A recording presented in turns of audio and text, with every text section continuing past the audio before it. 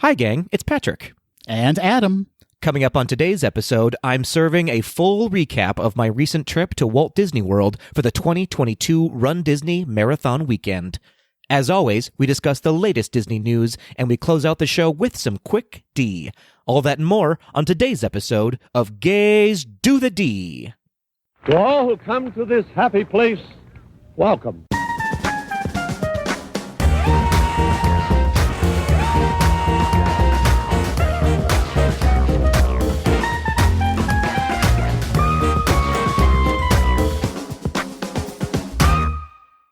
Adam, step into the bad side, Hummel. Oh, Patrick Puffinstuff Kazuki.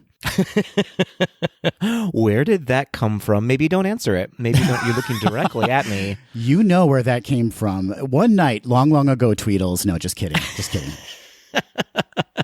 It was a dark Thursday night at the bars. Patrick, how about this?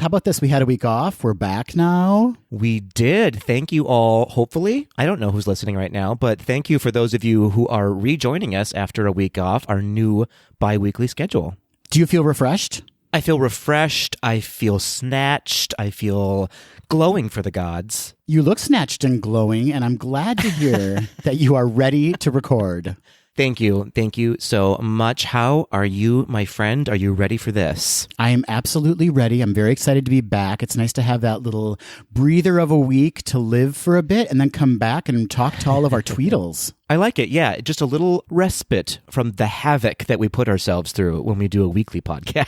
Oh, why do we do it to ourselves? And I can only imagine our Tweedles feel the same. They've got to be like, you know what? The break was a good choice. It's true. It's true. And by havoc, I mean the havoc that we put upon our Tweedles' ears. Mm-hmm, mm-hmm. That's right. We know what we do to you. We know how assaulting we are. It's true. Many, many reports have been filed. Well, thanks for sticking with us. We're happy to be back with you. And Patrick, I'm going to give the floor to you because you have quite the announcement to make. I do indeed. The stork came to the Kazuki Newman household. It was a hefty stork because that stork delivered a 2-year-old greyhound to our house. Congratulations, Patrick. Congratulations to your husband, Dan. I'm smoking a stogie in honor of the delivery. Excellent. Yeah, as many of you know, our dear Dare passed away earlier this year, and we were wanting another dog to not replace him, but to bring some more joy to our lives. And Greyhound Rescue of America came through, and we were matched with a chocolate greyhound named Walter. The name alone, Patrick. Beautiful. Did you give Walter his name, or did Walter already have his name? He already had his name. Tweedles out there, I am not that obsessed with Disney that I needed to name him after Walt Disney himself. I promise. He came already named, aptly Walter. And fun fact, that was also my grandfather's name, who passed away recently. So it was just sort of meant to be, I feel like. Oh, that's a sign. Don't you think? His middle name is Elias, though. We should just say that.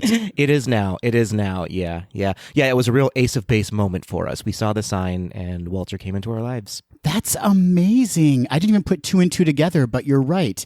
You are correct, Patrick. Your grandfather's name was Walter. I will confirm that. And Walter is the name of your dog. That's amazing. Thank you for verifying that for me. I sometimes don't know. I sometimes don't remember. Give us a taste of Walter's personality. What's Walter like? Is he just as lazy as Dare was? No, the opposite. He is a goofball full of energy. If given his choice, he would live in a squeaky toy factory. He loves squeaky toys. It's just nonstop squeaks over here. All right. That does not bode well for our recording sessions, but okay. I know. We had about 3 months of quiet in the Kazuki house while we recorded, and now it's going to be a mess, everybody. And I'm here to not apologize for it. Well, if you have not checked out Walter yet, Tweedles, head on over to Patrick's personal Instagram, where you can see the adorable new edition and Patrick's nudes. That is on my close friends only story page. Got it. Patrick does not post nudes to Maine. Not anymore. I've been shut down too many times. Well, Patrick, we don't have too much to talk about at the top of the episode. That means it is time now, Patrick, to swerve right on into This Week in Disney History. I love it. Turn the car to this week of Disney history. Here we come. Adam, as per the new usual, we are celebrating a birthday and a milestone this week. 95 years ago, on January 17th, 1927, actress, singer, cabaret star, and all-around queen Eartha Kitt was born in Columbia, South Carolina. Many people, of course, remember Eartha Kitt as Catwoman in the TV series Batman, and if you've ever been alive during the holiday season, you have heard her sing Santa Baby. And of course, our Tweedles will know Kitt's iconic performance as Yzma in The Emperor's New Groove, Kronk's New Groove, and the TV series The Emperor's New School, for which she won 2 Emmy Awards and 2 Annie Awards. Kitt was also a huge advocate for the LGBTQ+ community, lending her voice in support of marriage equality. Eartha Kitt, what a legend, only made famous, really, because of Jujubee's portrayal of her on All Stars. You know what? You're not wrong. Many of our Tweedles may only know her from Jujubee. Shame on you, Tweedles. If that's the case, shame on you. And you're right. That version of Santa Baby, did she originate that? I think so. I don't know that she wrote it, but I think she was the first to record it for professional consumption. If not, she clearly is the go-to version of Santa Baby. She is on repeat in the Hummel England household during the holidays. Same. She is the gold, red, and green standard of the holidays. Look what you did there. Thank you so much. Yeah, baby Tweedles out there, if you don't really know Eartha Kitt, do yourselves a favor, head on over to YouTube and just watch some videos of her performing. She is outstanding. I'd like to give her a little... I like it. Well done. Thank you for that. A little bit aroused. And moving on, 59. 59 years ago, Adam, on January 18th, 1963, Disney released its very first sequel in theaters. Adam, any guesses? Now, it is a live action, so I'll give you the benefit of a hint. It stars the great Fred MacMurray. Oh, okay. So probably Son of Flubber? It was the Son of Flubber. Well done. The sequel to, of course, The Absent-Minded Professor. Do I even need to say it at this point, Patrick? I have not seen either. You don't need to say that. That is a disclaimer we are stamping at the front of every episode from now on. But we should point out Fred MacMurray, first Disney legend, right? Absolutely true. I did, however, watch so many episodes of My Three Sons on Nick at Night. I saw episodes of My Three Sons on a very different site. Just kidding. Absolutely. Oh, no. Can we keep that? I don't know. We're going to plow through it. But yeah, My Three Sons, what a great TV show. I don't know if I'm going to plow through it was the right choice of words there. But yes, Fred MacMurray, The Absent-Minded Professor, Son of Flubber. It's all, I'm sure, amazing. Oh, we're flustered. 2 weeks off. And what are we doing? What are we even doing here? No, well done. Well done, The Son of Flubber, the very first Disney sequel. And that wraps up this week in Disney history. And that means, Patrick, it's time for us to flubber our way into the news. Oh, okay. You know what? I'll give that one to you. Flubber our way through the news is probably the better way to word that. There you go. Unpack your Eartha press kit, won't you?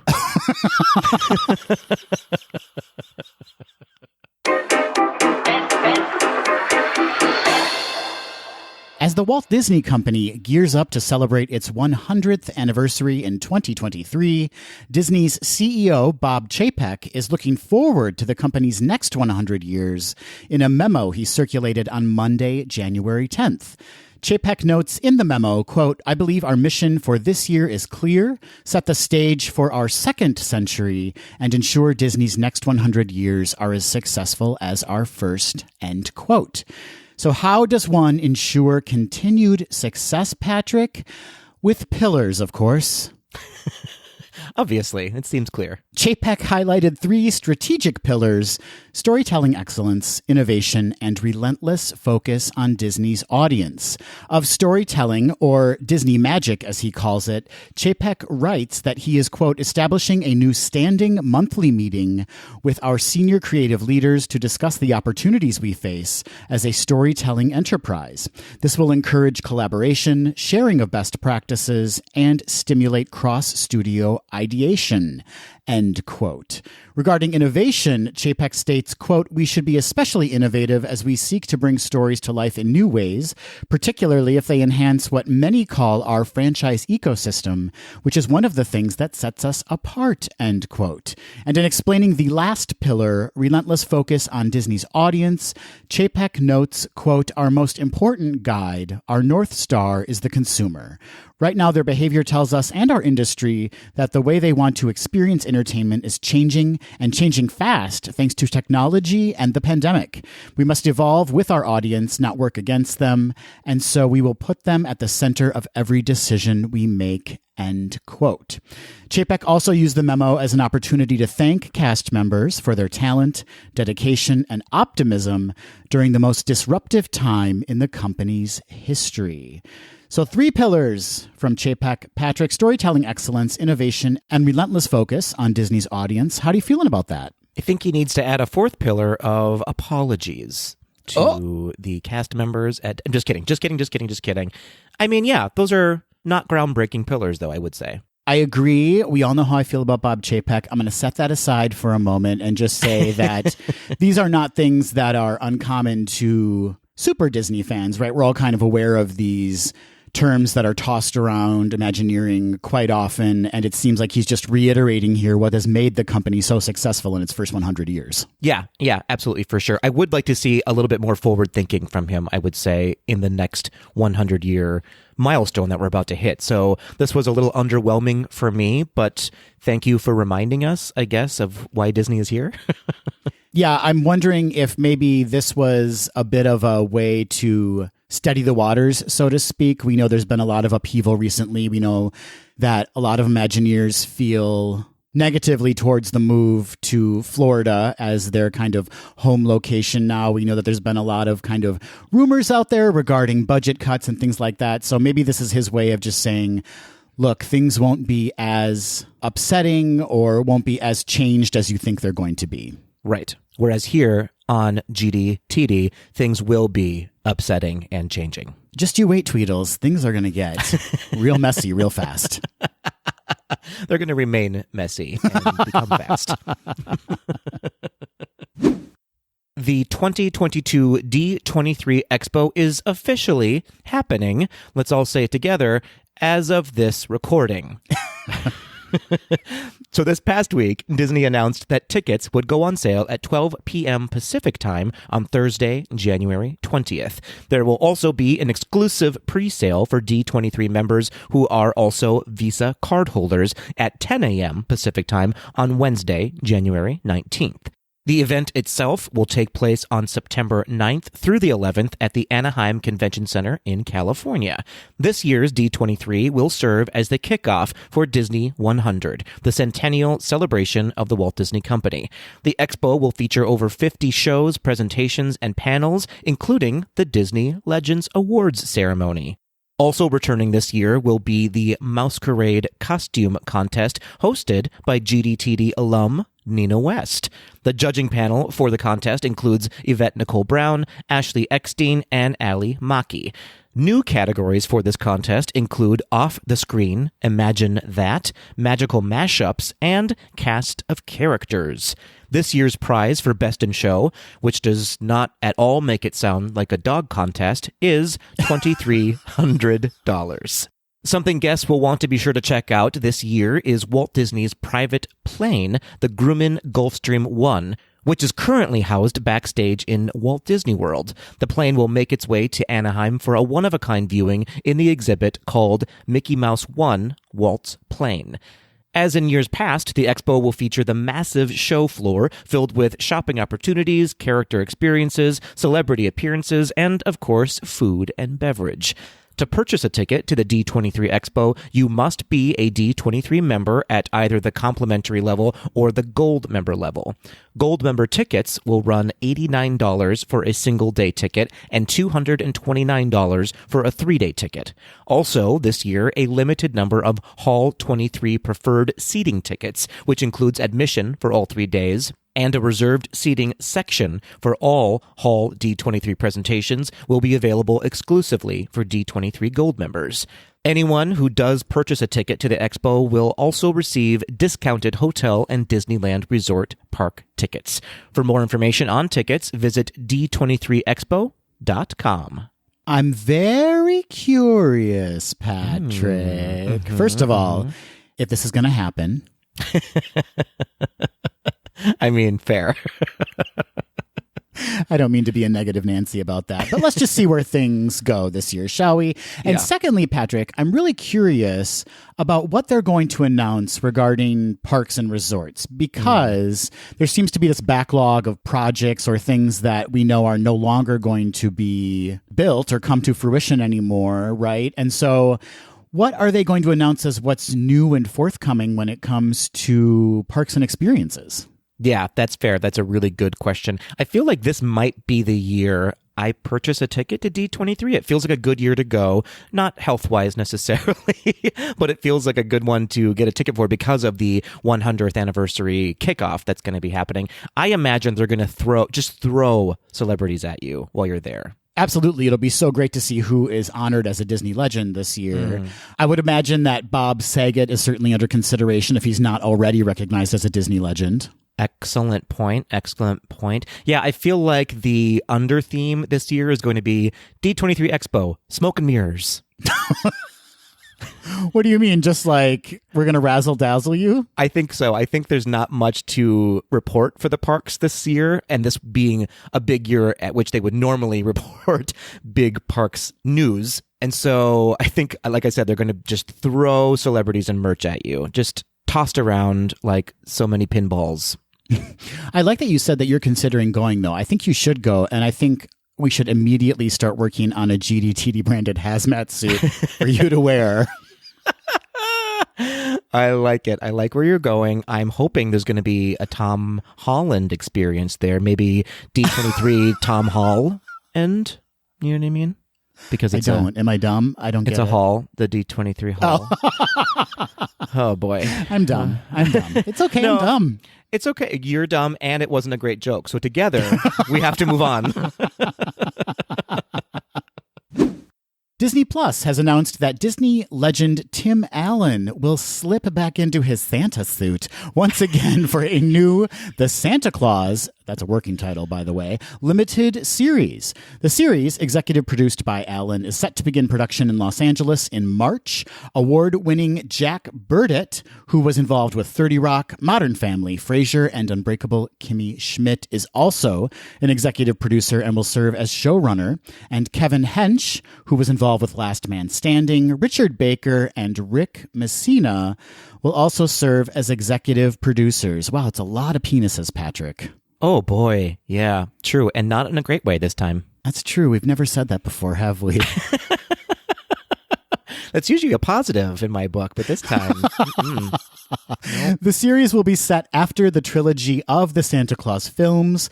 Allen won a People's Choice Award for his portrayal of Scott Calvin for the 1994 The Santa Claus, and reprised the role in two sequels, 2002's The Santa Claus 2 and 2006's The Santa Claus 3, Back in the Habit. Just kidding, it's actually called The Escape Clause.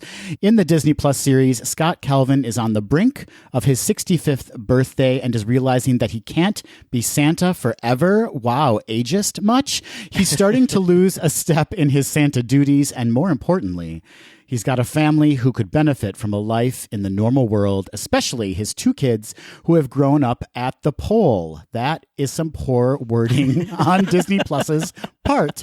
With a lot of elves, children, and family to please, Scott sets out to find a suitable replacement Santa while preparing his family for a new adventure in a life south of the pole. Again, Disney Plus. Let's edit and revise. Allen has powerful ties to Disney. He obviously voiced Buzz Lightyear in Pixar's first computer animated film, Toy Story, its 3 sequels, and numerous short films. He also starred in the top-rated ABC series Home Improvement, earning him numerous awards for his role of Tim the Toolman Taylor, including a Golden Globe in 1994 and a People's Choice Award for 8 consecutive years from 1992 to 1999. Allen also starred for 9 seasons in the hit series Last Man Standing. Additional Disney credits include starring in Jungle to Jungle, a remake of Disney's classic The Shaggy Dog, and narrating the 2012 Disney nature documentary Chimpanzee. Okay. PK, I must ask, are you a fan of the Santa Claus films? They creep me out, Adam. They creep me out. It's the children playing adult elves that really, it just unsettles me. Oh, see, I haven't seen them. God, I get so tired of saying that, but I have not seen them. I'm not what you would call a Tim Allen fan, I guess.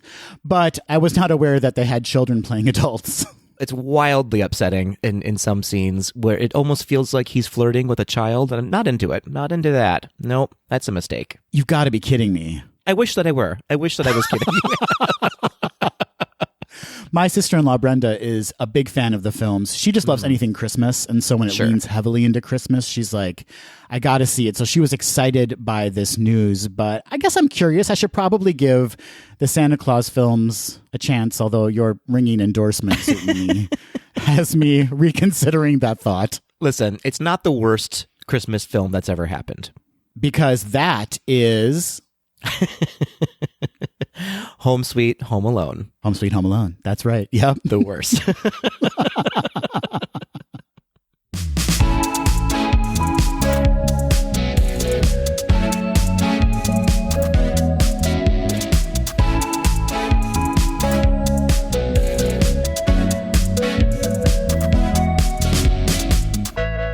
Oh, hello, Adam.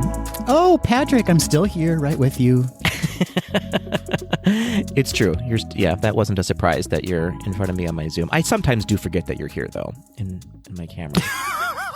I feel like it's just me talking sometimes, and no one's listening. I can't blame you. That sounds about right. Fair. Well, Adam, I just flew in a few days ago from Orlando, Walt Disney World, and boy, are my legs tired. Interesting twist. Whatever could you mean? Well, it means that I'm flying wrong, first of all, and I just got back from my first in-person Run Disney event in over 2 years. That is just incredible. Why did you hold off for so long? I don't know. I just wasn't feeling it.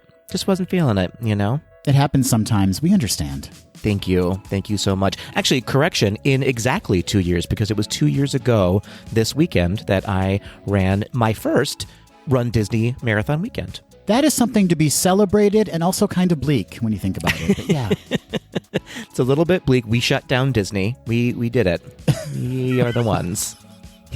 It's all your fault. Well, Patrick, I'm sure all of our Tweedles are super excited to hear all about your trip. And if you haven't been to a Disney park in a long time, hopefully this will give you a little chance to live vicariously through Patrick's experiences on his most recent trip to Walt Disney World. Yeah, we had a wonderful, wonderful trip. The company was great. The accommodations were great. The Run Disney experience was great. I can't wait to tell you all about it. Well, let's not wait then, Patrick. Let's wait just a little bit longer. Let's all take a pause and remember the 2 years that were not... No, let's not remember. Let's just forget that and jump into the joy. Patrick, I like to find out at the beginning of any kind of trip report from you. I like the stats, the statistics, Patrick. I like to know when you went, where you stayed. I like all those little details. So fill us in on that, won't you? I will indeed. I landed on Wednesday, I believe it was January 5th, and I stayed through Monday, January 10th. So it was about a 5-day week. It was just enough time to explore all I wanted to explore. I stayed for the very first time at the Art of Animation in a Cars family suite. Love this. Okay, so give us your thoughts, first of all, on the Art of Animation, because I have also not stayed there before. And then give us your thoughts on those Cars suites, or just the family suites in general, because I know they're very, very popular. Yeah, the suites are great. I really love the Art of Animation. It is just across the way from Pop Century, which we've stayed at many times before, which I love as well. The Art of Animation is just a little bit elevated, I guess. It's newer, first of all, and it is a little bit more expansive and a little bit more family friendly if you are staying with multiple people in the same room. Those suites are the way to go. They are not that much more than an actual single bedroom apartment, I guess you would call it, at these resorts. I happened to be staying with my friend Laddie, and this was exactly the amount of room we needed for a Run Disney weekend. There was enough space for both of us to have all of our stuff there. We weren't worried about waking each other up at various hours to wake up early for the runs, and we both had our own separate bathrooms. It was absolutely perfect. I would do it again in a heartbeat. Separate bathrooms, that is key, is it not? It's a game changer. It is an absolute game changer, especially if you are waking up at the same time for a Run Disney event at 2 a.m. and you both need to shower, obviously, and get ready. You don't have to wait for the other person. You can just both get everything done at the same time and head on over to the race. Yeah, I love my partner Matthew, but I would love 2 bathrooms when I even stay with him. I'd love 2 when I'm alone, even. Just one for some business and one for a whole different business. One for weekdays and one for after hours. Guest, fancy guest. Well, that's really great to hear. Yeah, I would love to experience Art of Animation. And I think maybe you and I, the next time we go down, maybe we should grab one of those family suites and make a go of it. I would absolutely endorse that. Totally on board. And our Tweedles know I am not the biggest Cars fan in the world. I don't dislike it. I just don't care that much about it. But if you are a Cars fan, they are absolutely fantastic. They're really beautiful, themed to the gods. Me not even being much of a Cars fan, I was very impressed by the suites. And I've seen suites in other hotels as well. It's just as big, I feel like, as if you were going to the Polynesian resort. The suites are maybe just a hint smaller because they don't have a full kitchen. There's just like a half kitchen available, but they do have like a microwave and a sink in the kitchen, 3 different sleeping locations, more TVs than anyone needs, and 2 bathrooms. It's just the perfect amount of space, and it's right there on the Skyliner. Real talk, Patrick. Are you sleeping in a tire? I was, but that was by choice, you know? I love hearing that the theming is really there in those family suites, because a lot of the Disney hotels, or almost all of them now, have kind of really pulled back on the Disney theming. So it's fun to stay in a room that kind of continues that storytelling experience while you're at the resort. Yeah, absolutely. And just another plug for getting a suite. If you are able to afford it, the upcharge of a suite versus a regular room, just that little extra space of having even a sitting room where you can relax a little bit, you feel, as I just said, a little bit more relaxed when you're in the room. Not all of your luggage is just on top of you while you're staying there. Everything's spread out, and you feel like you're not crammed into a tiny apartment. I must ask, now that you've stayed at Pop Century and the Art of Animation, do you have a preference? That's a great question. I don't know that I do. I mean, I think my preference would be to get a bigger room regardless. I believe Pop Century has a few suites, but the Art of Animation has many, many more suites available. So, you know, if given the choice between a single room and a suite, I would take a suite if it's available and if I can afford it at the time. Regardless, you get that great proximity to the Skyliner, which... Yes. I experienced for the first time staying at a Skyliner resort during our trip for the 50th, and that is an absolute game changer. Yeah, absolutely. And both resorts are equidistant to the Skyliner. So if one is in your budget, go with that one because it's the exact same distance. Another perk of having the suite is that it's an indoor entry. So you're actually going in the building into a hallway, which makes it just a little bit quieter and you're not hearing lots of hustle and bustle around you. Oh, that's so great to know. Okay, so great experience at the resort, but let's talk about why you were there. You were going back for your first Run Disney event in almost 2 years. Talk to us about that experience. I imagine it must have been kind of emotional to be back. Yeah, emotional is exactly the right word for it. It was incredibly emotional for several reasons. I'm going to pause for a second and just let our Tweedles know that Walter is frolicking around upstairs and we're just going to continue. He's a puppy. He can't be stopped, and I'm not even going to try. It's just like the good old days of recording. That's right. That's right. Were they good? I don't know. But yes, it was. It was a very emotional experience because of all the people that I missed seeing for the past 2 years at these events. We have seen some of our friends at our most recent trip to Walt Disney World, but there's something about being there for the Run Disney events, that sense of community that you don't get on other trips, that sense of belonging, that sense of brotherhood, sisterhood. It's a family that you're returning to. And having not done it in 2 years, I didn't realize how much of a toll that took on me because I was so used to doing it and so used to seeing these people and used to having that adrenaline that comes with doing these runs, that once it returned, it kind of flooded back all at once, which was great. It was an amazing experience. And for the first time ever, I did my longest distances in that I did the 5K, the 10K, and the half marathon, which is more runs than I have ever done before. So that was an experience as well. That's an incredible feat. Feat. Hey, I see what you did. That was rough, but I got it in there. What made you choose to do the 3 different races this time? Well, I had signed up for the full marathon for 2021, and I was getting ready for that, and obviously that got canceled. And so my training kind of backslid a little bit, I'll be fully honest, and I knew that I wanted to push myself, but I was absolutely not in a position to run a full marathon, or at least psychologically ready to run my very first full marathon, being my very first time back. So I thought, what's another way I can push myself? And that would be to do 3 runs over the same weekend as opposed to the 2 that I had been doing. And prior to this, you'd only done the 5 and 10Ks?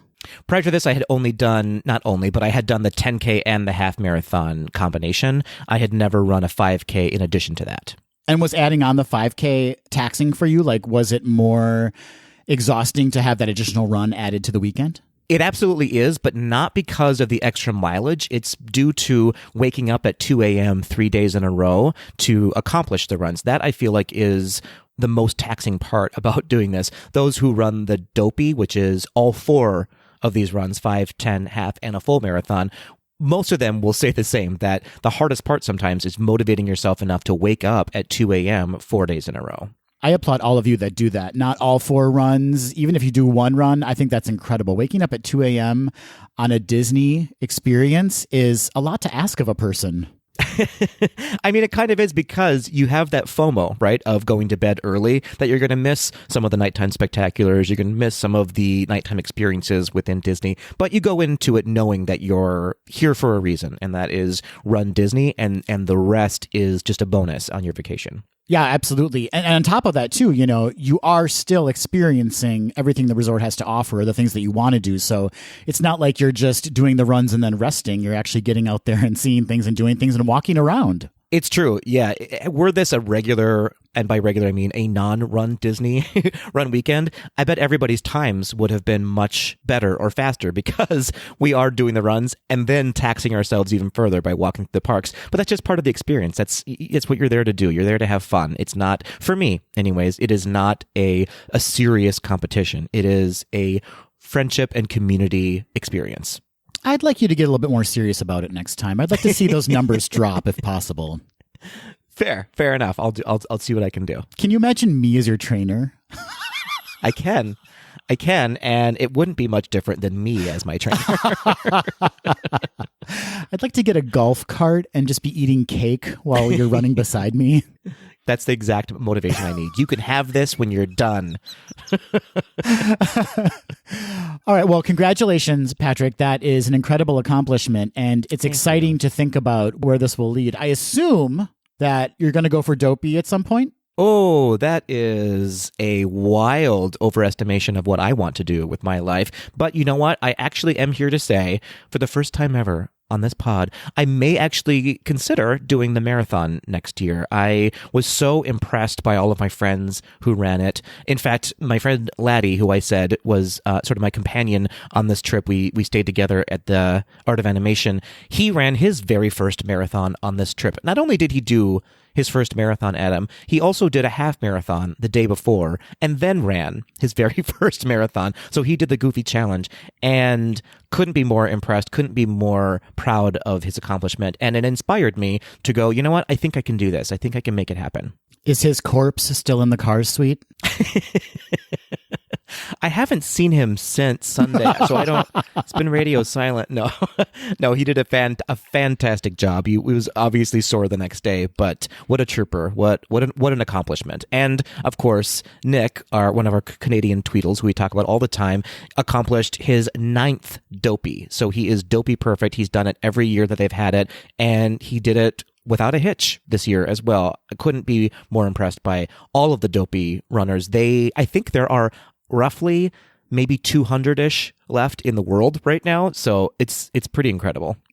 That sounds like it sounds like many of them have succumbed to the Dopey challenge, does it not? Like, there's only 200 left. There's right. There's only 200 left. Yeah, it's a real Squid Game situation. No, congratulations to all of you. I would never be able to do what you've done. It's phenomenally impressive, and I am proud of each and every one of you. Patrick, you've already kind of referenced this, but we were there for Walt Disney World's 50th anniversary celebration, or the kickoff to it, on October 1st. Yeah. If any of you Tweedles are interested and have not heard that episode, we give our full trip report in episode 162. But I have to ask, Patrick, now that you were there for the kickoff to the celebration, and then 3 months later, did you notice any differences between that time? Had any new experiences been brought to the forefront since then? Did you notice any new merch? What was the difference between being there for the kickoff and then being there since, when the resort had kind of settled into the celebration? Sure, yeah, absolutely. I would say that, first of all, crowds are a little bit more back to normal, back to pre-pandemic levels, I would say. Mm-hmm. It didn't feel overly crowded, but it did feel like a normal day within Disney World. I remember over the 50th, we got on every single ride without a hitch. It did not feel very packed. There was lots of room for activities. This was a little bit more of a regular Disney experience, I would say. And whatever that means to you, it just means that crowds are back. Crowds are back at Disney.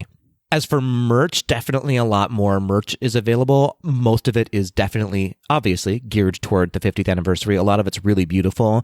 Anyone who got into a fist fight over this merch is silly now because it's all back. I mean, it was silly then, but now, come on. Was that necessary? Because the shelves are stocked, my friend, with 50th anniversary merch. And since our visit for the kickoff to the 50th, Disney Genie launched as well. Did you take advantage of Disney Genie while you were there?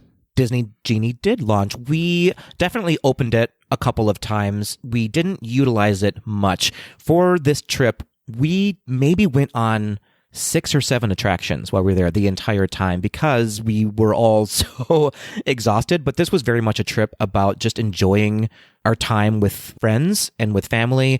And it was a very food heavy trip as well. We ate at some amazing restaurants. So we didn't utilize Disney Genie to get on any attractions. We didn't pay for anything. And we didn't even really use the recommendations for what to do next. We used it a couple of times to check wait times, but that was about it. One thing I did notice is that every time we opened Disney Genie, it didn't put us in the correct location. So I don't know if there is a location finder mapped within it or if it just wasn't working, because every time, regardless of where we were, it assumed we were in the Magic Kingdom. So I don't know if that's a flaw or if that's just you just have to be an active user and tell it where you are, and then it'll start doing magic for you. I am happy to report, however, that I was able to use my Apple Watch to get into the parks this time around and into my hotel room. So that was really nice to have. In fact, the second day, I ripped my Magic Band off of my wrist and put it in my backpack and used my watch for basically the entire trip. Did you say you're dead to me to your Magic Band? I threw it at a cast member and said, "Here, deal with this." No, in fact, I actually kept it within my backpack, which was a good idea because it didn't always work. There were some times, like for early morning magic, that those readers that they have, I think it's like an iPad that they're scanning your wrist with, did not work on the Apple Watch. I had to use my wristband or my Magic Band. Okay, good to know. So Tweedles out there, if you have a trip coming up, just have that backup in your bag or in your fanny pack, just in case. I would highly recommend, if you're going to use your phone or your Apple Watch, use it, but have at least a Keys to the Kingdom card with you. Go to the front desk when you arrive at your hotel and get that card just in case as a backup. No one wants to be in a line for a long time just to be told that they have to go to the customer service line instead. Yeah, that's a great tip. Well, you've already mentioned it, Patrick, food. So we have to talk about the food. You talked about the dining that you experienced on this trip. Tell us about it. Yeah, absolutely. So on the first day, we didn't really eat anywhere spectacular. We were all just kind of getting to the resort, walking around. We had fish and chips in Epcot. Always a great choice. Delicious, delicious. And then the next day, on Thursday, which is the day that we ran the 5K, we went to Hollywood Studios and ate at the Brown Derby. And I'm here to tell you, I am now officially a fan of the Brown Derby, Adam. The scales have been tipped. They have been indeed. I don't know what it was. I think it was just I didn't have a wonderful experience my first time, and that could have been the server. It just could have been an off day. I could have been having an off day. Who knows? But this time around, it was absolutely delicious. Our server was fantastic. It didn't hurt that I was sitting with Nick, Dave, and Laddie, who are all amazing, amazing gents to travel with. It was a great meal. I had the shrimp and scallops and the oyster and brie soup. So delicious. Yeah, but what was for dessert? Actually, fun fact, I had my very first baked Alaska at the Brown Derby. How about that? Did you like it? It was a dessert that I had, and the marshmallow was delicious. Yeah. I have had baked Alaska, not at the Brown Derby, but at other locations, and it's just not for me, okay? It's very of its time, a baked Alaska, and that time is not today. It's one of those desserts where the engineering behind it is more impressive than the actual taste or flavor or enjoyment of the dessert itself. I think that's absolutely, absolutely true. And they did not set it on fire for us. So 1 star away, 1 star minus from the Brown Derby, but I still like you. Okay, so while you are a fan of the Brown Derby, there's still work to be done on the Brown Derby's behalf. That's right. Update that dessert menu just a little bit and you'll be perfect. Perfect in my book. So the next day was Friday. This was the day that we ran the 10K. We spent our afternoon and early evening in Animal Kingdom, which was amazing. I, of course, shared the buffalo nachos at Trilobites with everybody. Such a game changer. That is the perfect snack. I love it. I love it so much. I'm here to tell you it's a must-do in Disney. Had the other guys had it before? I believe this was their first experience with it, and they were a little reluctant to dig into it. I don't know what that was about, guys, because once you tasted it, you couldn't stop eating it. You couldn't stop. Well, that's good to hear. I'm glad that they enjoyed it. They did indeed. This is not food related. However, he is a yummy dish. We did happen to, I should mention, get to hang out with Stefan, who is a friend of mine, and he is one of the stilt walkers in the Festival of the Lion King. So we got to hang out with him for a little bit. Couldn't be more charming. Thank you so much for spending some time with us after doing 5 shows that day and just chatting with us in the parks. Was he still on stilts when he met up with you? You would have thought he was, because he is very tall in normal life, but he is incredibly tall on those stilts. But no, he was not on stilts in the park. All right, Patrick, where else did you enjoy some delicious, delicious food? Thank you so much for asking. We also had dinner at Tiffin's that evening within the Animal Kingdom. Everyone knows we do love Tiffin's. I do have to be super honest, though. The food was great, as per usual, but we were all, and this is on us, I think, we were all just so tired at that point, and we all knew that we had to wake up early for the half marathon the next day. All of that combined, I don't know that we'd enjoyed our dinner as much as we would have normally. Again, that's entirely on us. The meal was absolutely fine, but it wasn't my favorite experience at Tiffin's. That's a great point, though, and very valid, too. You know, we can all get exhausted just walking around a Disney park, but then on top of that, you put on, the fact that you're getting up so early and you're running these distances. And yeah. I could totally see how that would affect your enjoyment of really any experience in a Disney park. But when, in particular, you're sitting at a restaurant trying to enjoy a meal, I could see how that would kind of play into a more kind of lackluster experience. Yeah, absolutely. So maybe word to the wise or word to the Patrick, to myself in the future, the night before a long run, maybe lower the bar a little bit and just have a bite at the cafeteria. And if you want to do a nice meal that day, do it in the afternoon instead when you're not as tired. Excellent. Anywhere else you ate? So yes, Adam, the next day, Saturday, after the half marathon, which was absolutely fantastic, we went to Epcot, And Laddie had snagged us reservations at Space 220. Ooh, okay. Now we're getting into it. This was your very first visit to Space 220, correct? Yes, absolutely. All four of us. This was our first experience going into Space 220. Here's what I'll say, Adam. Space 220, for me, and I think I can speak on behalf of Nick, Dave, and Laddie, started out strong, right? There was a well-dressed and handsome welcoming crew who sort of made you feel like a VIP group as you arrived at the restaurant. They sort of take you into this lobby and give you a boarding ticket, kind of like what you get on Mission Space. And from there, you go into the elevator that we've all seen pictures of, at least right now, the elevator that takes you into space, which was neat, I will say. Was it very different than the launch video on Mission Space? Not terribly. It was not as high-tech as I kind of expected it to be. Okay. So did I want more? I did. Was it impressive? Mostly. Not entirely impressive.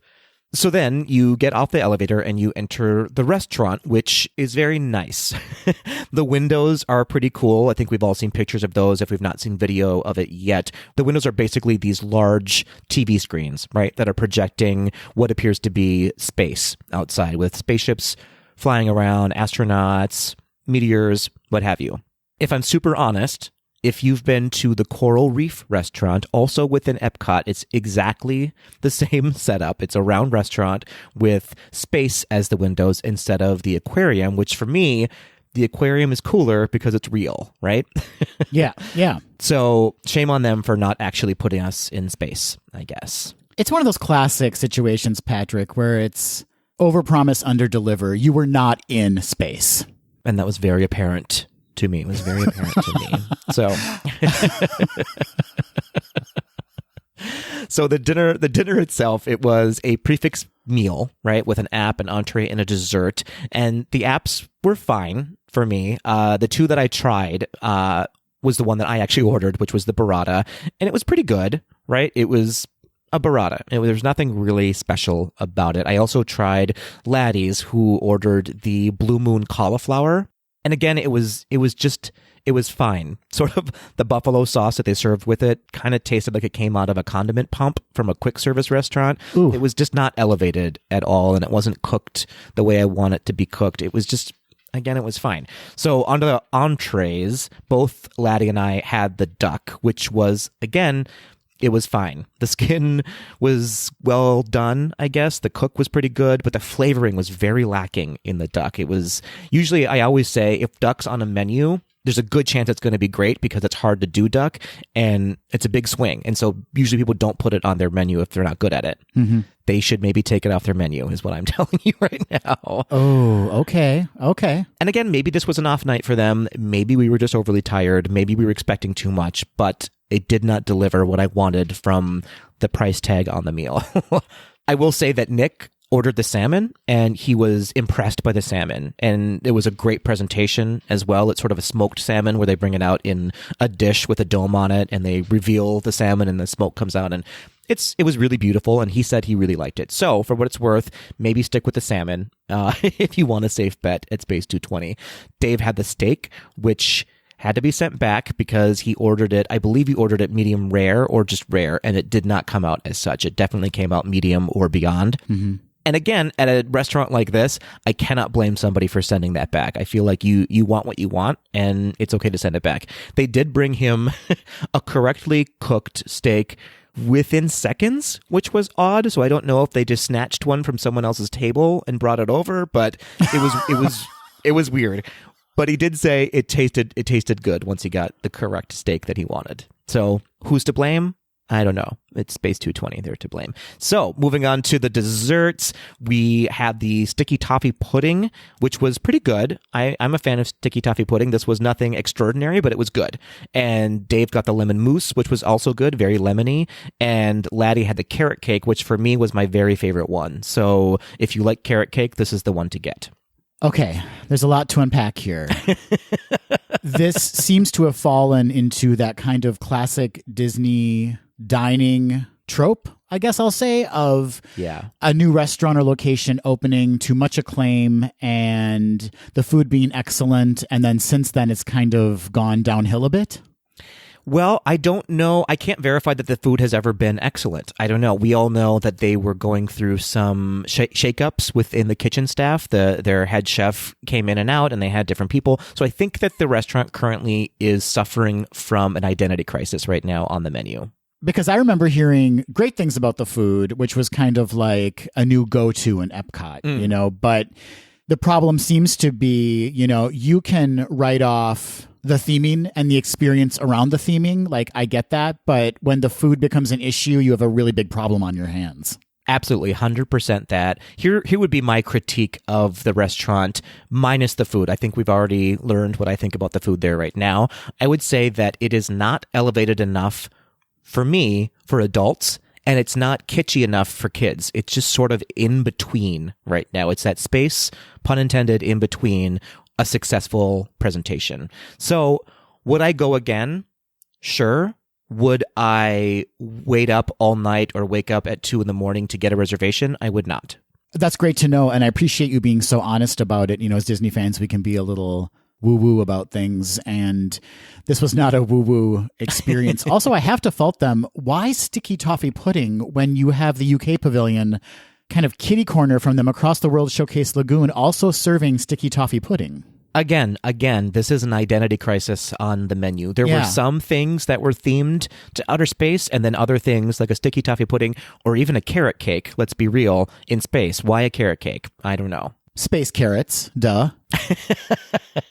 Obviously. How quickly I forgot. Well, very interesting. I was super excited to try this. I'm sure I'll try it eventually down the road at some point. Yeah. But it's a little disheartening to know that the dining experience, the food itself, and the theming are not up to the standard we hoped they would be at. Right, yeah. Usually it's one or the other sometimes at Disney. It's right. Either really beautifully themed, like I'm thinking the Beauty and the Beast, Be Our Guest restaurant, where the food is not super elevated, it's fine, but the experience is great. Or the food is really good and there's no theming at all, which is fine too. But as long as the food is good, you're golden. This was neither for me. Just go to Sci-Fi Dine-In where everything is perfect. You are not incorrect. You are not incorrect, Adam. But I do want to end on a good culinary note. So the next night after Laddie and Nick had run their full marathons, congratulations, boys, we made our way to Magic Kingdom and got some wonderful pictures with our medals right in front of the castle. And then we had dinner at Cinderella's royal table, which I'll tell you what, I was incredibly impressed with. Okay, very interesting. Long-established restaurant. Yeah. Has had some kind of decidedly mixed reviews in the past. Like, people really love it. People have had some not-so-great experiences there. Tell us about your experience. Yeah, really and truly, of all the dinners that we had on this trip, and we had several, as you've just heard, this was absolutely my favorite of all the dinners. And this had obviously a lot to do with the company that I was with, but also the restaurant itself really impressed me. It's really beautiful inside the restaurant. The service was fantastic. It definitely feels like you have been invited to dinner within Cinderella Castle. It is well themed. There are the cute mice, Jacques and Gus, that are placed throughout the restaurant. It's really fun to see. When Cinderella comes out, it's really a lovely moment. Like, there's sort of a bibbidi-bobbidi-boo moment that happens. She's beautiful. The kids that are there that are seeing Cinderella walk amongst them is really fun to see. So there was enough where Space 220 lacked, this one absolutely elevated. There was enough for adults to look at, and there was absolutely enough for kids to enjoy as well. And the meal was absolutely fantastic. Again, this is a prefix menu with an app, an entree, and a dessert. I had the cheese course, which is incidentally actually plant-based cheeses with a baguette, a toasted baguette, and it was exquisite. It was really, really wonderful. And then for my entree, no surprise here, this is a theme for my weekend, I had the pan-seared scallops. I love scallops, which were absolutely perfect. It was the right amount of food. They didn't overstuff you. They absolutely flavored everything perfectly. It felt like a healthy meal and a delicious meal at the same time. And then for dessert, I had the Jacques and Gus cheesecake, which, I mean, it's cheesecake, but it was good. It was really delicious. It was a berry flavor. And it was, again, just enough. It wasn't an overfeeding of food. It was the perfect amount of food. And to start our meal, we all ordered the 50th anniversary champagne flight, which was really lovely. I think it's really worth it. If I remember correctly, the bottle that you get with the champagne flight is only served at Walt Disney World. So that's kind of special and neat. And then it's paired with 3 different flavorings. So it's the same champagne all the way through, but you get a strawberry flavor, you get a blue curacao mix with it, and then you get one that's garnished with sort of a gold leaf. So when you put them all together, they sort of make that iridescent 50th anniversary color palette, which is really nice. It's a really nice touch. All around, this restaurant I would highly recommend. I might put it on my list as something that I do more often when I'm in Walt Disney World and I want to have more of a relaxing trip and do nice dinners. I would put this one on my list. This is great to hear. I have only been once when I was a kid. Yeah. But it's great to know that this dining experience is where it should be at. That is such a dumb thing to say, Adam. But what I'm trying to say is that this should be a premier dining experience, right? If you are dining in Cinderella Castle, which is the icon, right? Yeah. It should be the very best experience you can have dining in a Disney park. Absolutely. We definitely felt special while we were there. The entire staff were amazing. Our server, the food runners, the bus boys and the bus women, they were absolutely fantastic. Their costumes are a delight. It's really magical, especially at night, because when you come out of it, the whole park is lit up as well. So it's just magical from the first bite to the last sip of coffee. I was highly impressed by Cinderella's Royal Table. Well, that's great to hear. I'm so glad that you had such a delightful experience there. Thank you. Yeah, and it was a great just end to our trip as well. The next day we had sort of a half day in the park. It was me and Laddie's last day in the parks. We had a flight to catch that afternoon. But a fun fact, we were originally going to be going back to Hollywood Studios that day on Monday, and we had heard through the grapevine that Monday would be the very first day that Remy's Ratatouille Adventure would switch over to a standby queue and turn off the virtual queue. So we decided to change our park passes and go to Epcot that morning instead. Laddie had never been on the ride before, and we weren't able to get on it earlier in the trip. So we were like, we're doing it. We're putting all of our eggs in this basket. We got up early, packed our bags, and then hopped on the Skyliner for a 9:30 a.m. early morning magic experience. Here's what I'll tell you, folks. If you think that you're going to get on an attraction in the World Showcase for early morning magic at the front of the park, you are highly mistaken. It's simply not going to happen. You have to be on that Skyliner and enter through the International Gateway. Otherwise, you're going to have to wait until the afternoon lull, I guess, in attractions. Yeah, I'm certain all of our Tweedles are at least aware of the International Gateway, but it's the entry kind of in the back of Epcot. It falls between France and the UK pavilions, and it's a great way if you are interested in any of those attractions, including Frozen Ever After, too. You know, you want to get in that International Gateway to hit those hot attractions back there. Yeah, absolutely. Take advantage of that Skyliner. We had Nick and Dave, actually, who were not staying with us. They actually came to our resort and told the security desk that they were just picking us up for breakfast and then parked there and went to the Skyliner with us so we could all get on together. Once we got there, we hopped off the Skyliner and we were on the attraction within about 45 minutes, which is not bad. Not bad at all. That's great. Yeah, it was a wonderful experience. Again, love that ride. A must-do, I think, within Disney. And it seemed like the flow was pretty good all day long. I didn't see any hiccups. We walked by it a couple more times, and the line was never like extended outside of France like you would expect it to be. It just seemed to be a normal flow attraction. I think an hour wait was the top that day for Remy's Ratatouille, and which is pretty good, it being the first day. Now, it was a Monday, and they didn't really highly announce that it was going off a virtual queue, so it might have been sort of a sneak attack, see what happens. Mm-hmm. So who knows what it is right now. I guess I could look, but I can't be bothered, Adam. Well, I'm glad to hear that was such a great way to kind of wrap up your Walt Disney World trip. Thanks. Yeah, it really was. And then we had breakfast right after that at the crepe stand, the new crepe stand that's right next to the Remy's Ratatouille Adventure. Delicious. I really enjoyed it. I know there's been some mixed reviews on the crepes, but I think that they are the right amount of food, especially if you're getting it for breakfast and not just a snack. I feel like if it was a snack, it might be way too much food. I highly recommend the Ratatouille crepe, which is the ratatouille vegetables basically within the crepe. Really filling, really delicious. It felt healthy. And then we also had the bechamel ham and cheese crepe, which is very decadent tasting. Though I would say the bechamel sauce was basically a white cheese sauce from Chipotle, but still, it was delicious. I'm very hungry now, Patrick. Fair. That's fair enough. I feel like I need my new drag name to be Zoe Bechamel. What do you think about that? I celebrate this decision and I endorse. I endorse that name. Thank you so much. Thank you so much. So yeah, that sort of capped off our experience there in the parks. We did still meet a lot of our Tweedles, which we can maybe talk about too before we wrap up. But other than that, that was sort of our parks experience while we were there for food and attractions. That sounds absolutely perfect. Space 220 aside from that, everything sounds like it was a really great experience. Yeah. Before we move on, I want to ask, were you aware of any new health and safety protocols in the parks, or were things pretty much the same as they were when we were there for the 50th? It is every man and woman for themselves right now at the parks, other than indoor locations are still masked. Absolutely, they are still endorsing that. But beyond that, listen, everyone knows what's going on in the world right now. This new virus is rapidly sweeping the nation and hitting everybody. We do know for a fact that several people in some of the races, specifically people who were doing the dopey, had to drop out because they tested positive after doing the 5K or the 10K. Mm-hmm. So it is happening. It is, buyer beware right now out there in the parks. Stay safe, put those masks on, and do your part.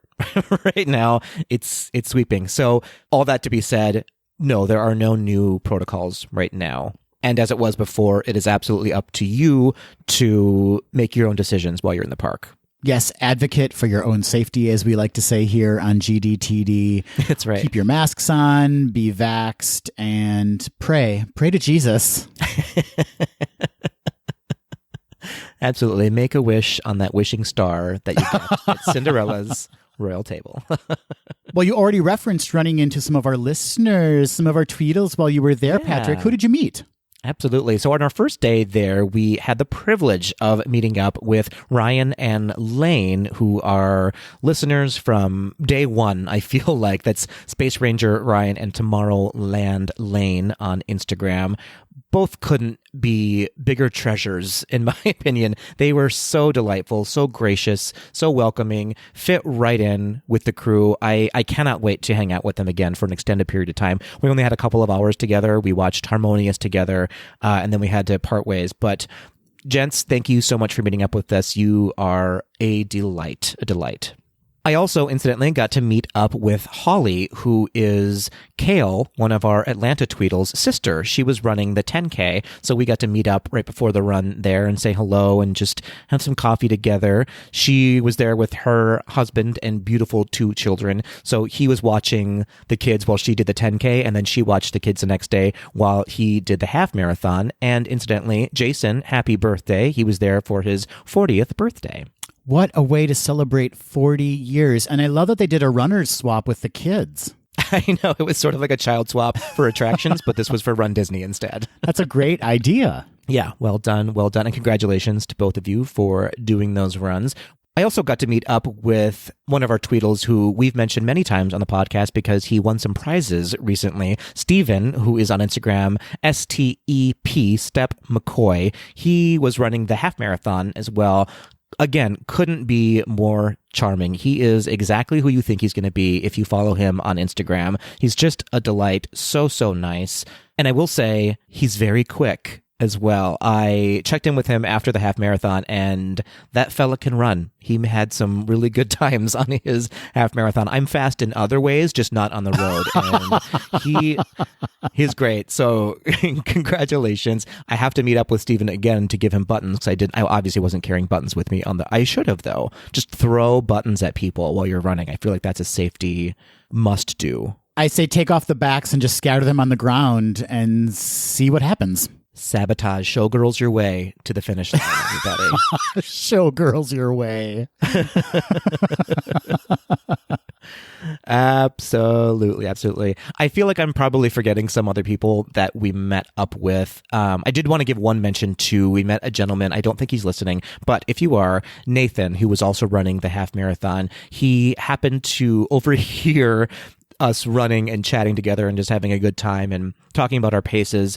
And he joined in our conversation and asked if he could run with us. And absolutely, we said yes. We learned that Nathan was doing his very first dopey. I might get a little emotional here. He was also running his very last dopey. He had a medical condition that he needs to stop doing things like this, overexerting himself. And so he happened to find us who were doing the exact pace he needed to do. So we welcomed him open arms into our group. He ran with us. He did an amazing job. We could tell he was a little emotional that this was sort of his last Run Disney event for a while anyways. And so Nathan, congratulations to you. You are an inspiration. Again, what am I doing if I'm not doing the marathon when you are putting yourself on the line to do something that you love? Well done. Well done to you, and congratulations. You're probably not listening, but hopefully you feel the warmth coming at you today. Oh, that's so sweet. And it was great that you were there for him and that he was there for you too. It sounds like you inspired each other. Yeah, that's a great way. And that's sort of the theme of the entire week was if we asked around, and we did a lot. We asked many people, are you ready for this? Or how does it feel to be back? And hands down, across the board, everyone said, I have undertrained severely for this run. This was an experience that these days, who knows what events are going to happen and what aren't going to happen, what's going to get canceled.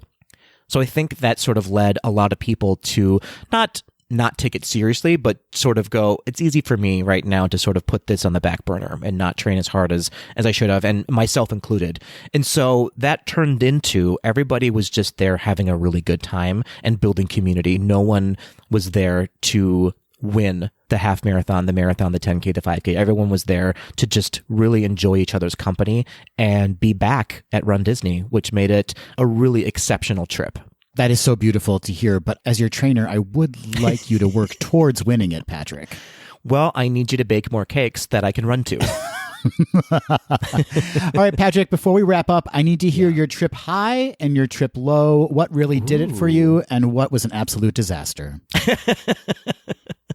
I mean, this is going to sound corny to say, but 100% it was the company that I was with. Nick, Dave, and Laddie. I cherish all three of you gentlemen. I consider you friends and family, whether or not you want me to at this point. Hopefully you'll travel with me again because it couldn't have been a better experience. We all just gelled so well together. It was as though we had all known each other for years and years and years. So thank you for making this such a wonderful trip for me. And just the energy that was there in the parks. I think that was my favorite part of it. The Run Disney experience is like no other. And I've said this a million times today, even in that everyone is just there for each other. No one is there to post the best picture or to post the best time or to one up each other. Everyone is just there having a wonderful time together for two amazing reasons: to be at Disney together and to accomplish something physically that you may be pushing yourselves and have never done before together as a community. So that was absolutely the high of the trip. Beyond that, Cinderella's Royal Table, Adam, was another high of the trip. Mm-hmm. And a low. Interesting. Yeah, let's end on a low point for sure. I guess here's how I'll say it. I have expectations that Space 220 will elevate itself in the future. So I am looking forward to a better experience at Space 220. It was, as you said, the expectations were just so high and did not reach where I wanted them to be. All right. Do you hear that, Space 220? Work has yet to be done. That's right. You have a mission. You have a mission space on your hands.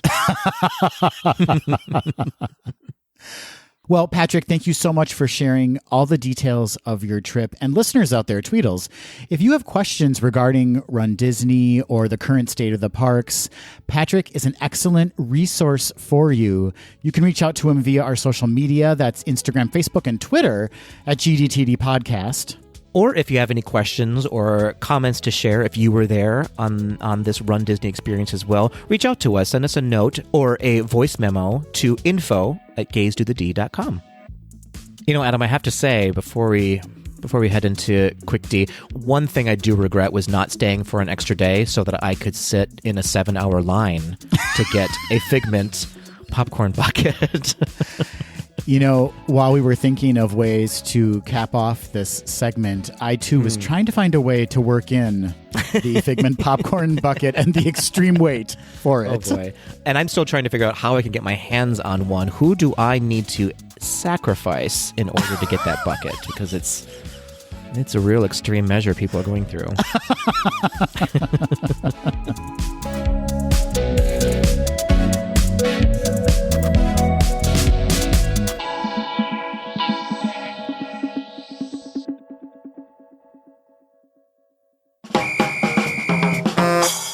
Hey, Patrick. Hey, Adam and Walter and his squeaky toy, if you can hear it. Oh, Walter. He's running around.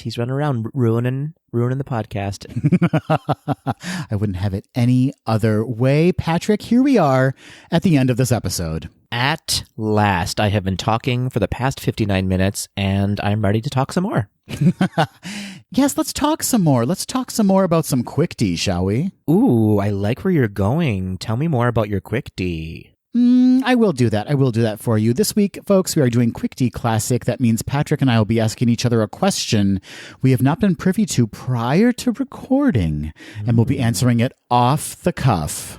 Off the ever-loving cuff. I'm so excited, and I just can't hide it. Patrick, it's choose your own adventure. You decide who's asking first. Oh, my stars in heaven. Adam, I'm going to ask you a question first. Please do. Adam, as you know, people be crazy. People be crazy, Adam. They are waiting in line for a full day, Adam, in the parks to get a popcorn bucket. I am not here to judge, but I am here to laugh. I am here to laugh at that. It's pretty silly. So we're going to get in on this. We're going to get in on the action. We are selling GDTD popcorn buckets. Adam, tell me some of the SKUs that we will be releasing. The SKUs? The SKUs. Oh, sorry. This is a technical term. Adam, tell me some of the designs that we will be putting on shelves in the Disney parks. It's a little bit of your professional life bleeding into your unprofessional podcasting life. I'm so smart. I'm sorry that you're jealous of my brains.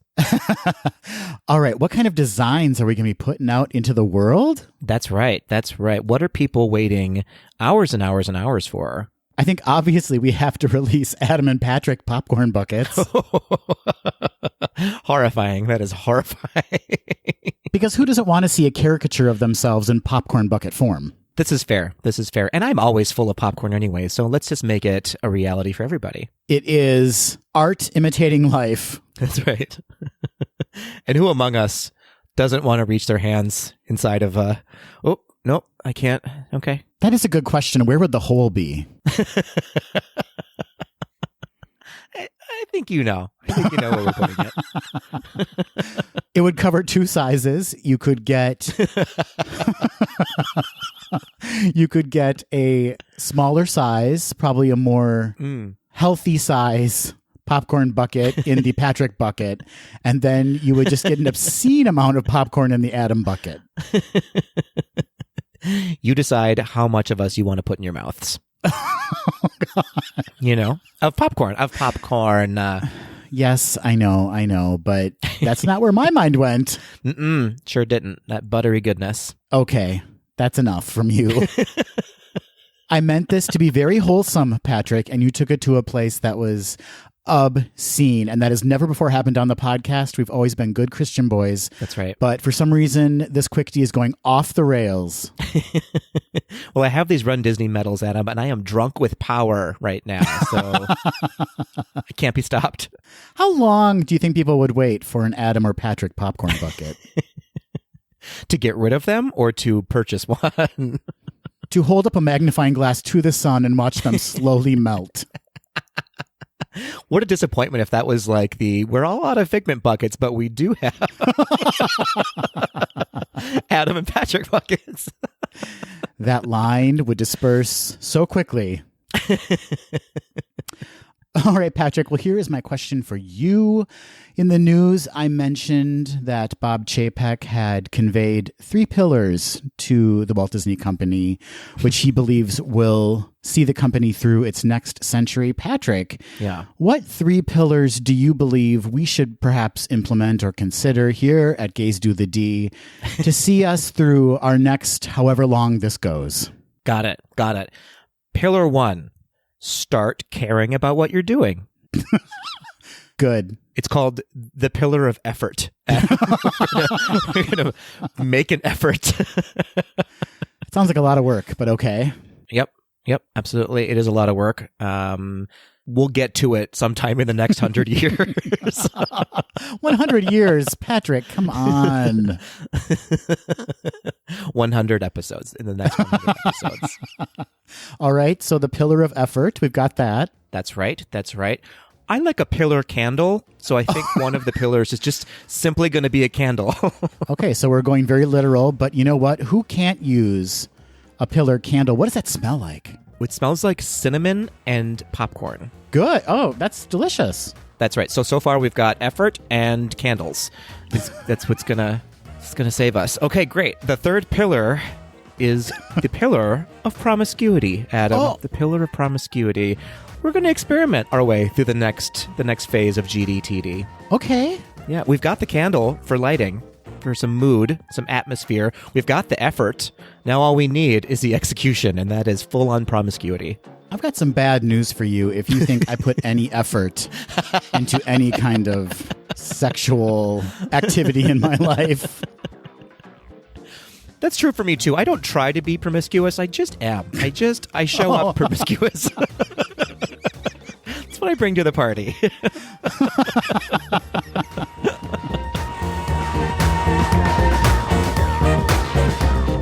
That will do it for this episode of Gays Do the D. Thanks for listening. To become a patron of the podcast, visit our website at gaysdothed.com/donate. For a donation of any amount, you can receive exclusive Gays Do the D content and help us continue to bring you the very best Disney news and discussion. Continue the conversation after this episode on Facebook, Instagram, and Twitter at GDTD Podcast. Submit your questions or show ideas to info@gaysdothed.com. Have a great week, everybody. See ya real soon.